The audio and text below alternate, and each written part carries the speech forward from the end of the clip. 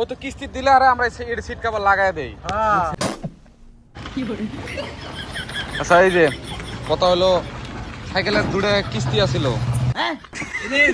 কিস্তি নেবো আমি এই সাইকেল না না তার মানে শুনো, যা মাসে পলিউশন করছাও ইন্স্যুরেন্সটা করে নাই বুঝছেন? কি জানি। আর এই যে কিস্তি দুটো ফেল আছে না, কিস্তি দুটো দেওয়া লাগবে এখন।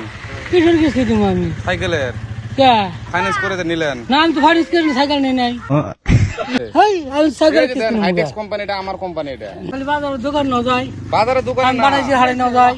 তার মানে এই যে হ্যাঁ আমার সাইকেল বলে আমি আমার- কিস্তি নিছি। আমার কোম্পানি আমি তো সাইকেল কেবল নিছে, কিস্তি নেই না। বুঝছেন? এই যে হাইটেক্স কোম্পানিটা আমার, বুঝছেন? মানে সাইকেল। কিস্তি ফেল আছে। সাইকেল এটা আজকার কথা না, কমসে কম 5-6 বছর আগে সাইকেল বানা এনেছি এর দোকানে। এই দোকানদার আছে এই কয় কিস্তি নিছ রে জ্বালা। আমি সাইকেল তার মানে দুটো কিস্তি ফেল আছে।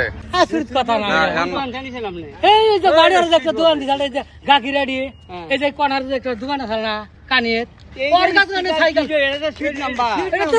হ্যাঁ? সিট নাম্বার হে এটা। আমার কাছে সাইকেল বানানি হয়ে যায় কমসে কম 6-7 বছরের কথা। ও তো কিস্তিটা দিয়ে দেন, দুটো কিস্তি ফেল আছে। হেই